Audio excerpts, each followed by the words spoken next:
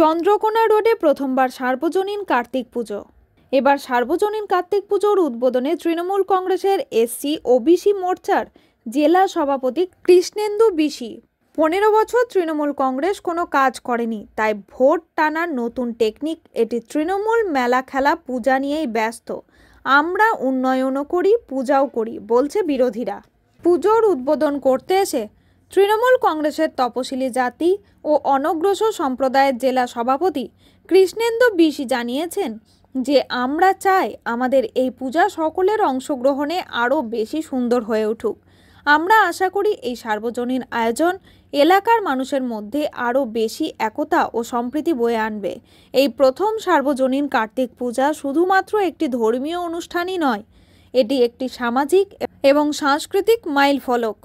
এই ধরনের আয়োজন ভবিষ্যতেও অন্যান্য পূজা ও উৎসবের জন্য একটি নতুন পথ খুলে দেবে বলে আশা করা যায়। প্রসঙ্গত উল্লেখ্য, বাঁশবেড়িয়ার সার্বজনীন কার্তিক পুজো পৃথিবী বিখ্যাত। এবার সেই পথে হেঁটে পশ্চিম মেদিনীপুর জেলার বিলা কলোনির সার্বজনীন কার্তিক পুজো সাধারণ মানুষের মধ্যে আলাদাই উদ্দীপনা জাগিয়ে দেবে বলে মনে করেছেন অনেকে।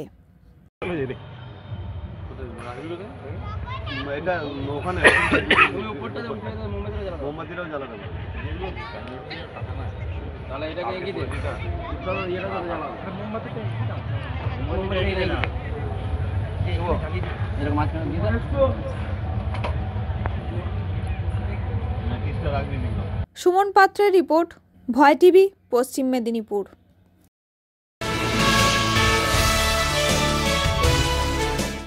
বিভিন্ন আদিবাসী অনুষ্ঠানের মধ্য দিয়ে শেষ হলো জয় জোহার মেলা।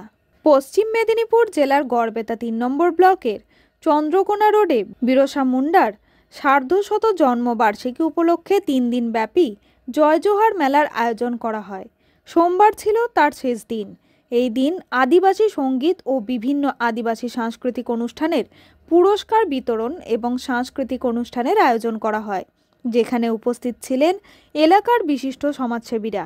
প্রসঙ্গত আদিবাসী উন্নয়ন বিভাগের উদ্যোগে এবং ব্লক প্রশাসনের সহযোগিতায় এই মেলার আয়োজন করা হয়েছিল। এই বেলায় উপস্থিত ছিলেন এই ব্লকের কয়েক হাজার আদিবাসী ও সাঁওতাল জনজাতি।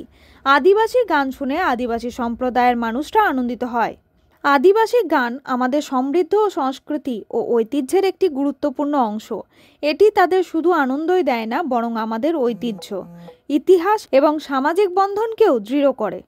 গানগুলো শুধু বিনোদনের মাধ্যম নয়, বরং এটি আমাদের নিজস্ব ভাষা, গল্প এবং জীবনযাত্রার একটি জ্বলন্ত এবং উজ্জ্বল প্রতিচ্ছবির প্রতিফলন ঘটায়।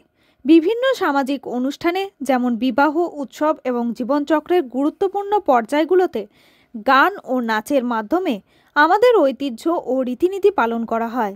গান পরিবেশন ও শোনার মাধ্যমে আদিবাসী সম্প্রদায়ের মধ্যে একতা ও বন্ধন দৃঢ় হয়। এই গান যেন কালের অতলে হারিয়ে না যায়, সেদিকে সজাগ দৃষ্টি রাখতে হয় আমাদের। আর জয় জোহারের মতো অনুষ্ঠান আরও হলে আমাদের রীতিনীতি, কৃষ্টি সংস্কৃতি বজায় রাখতে অনেকটাই সহায়ক হবে।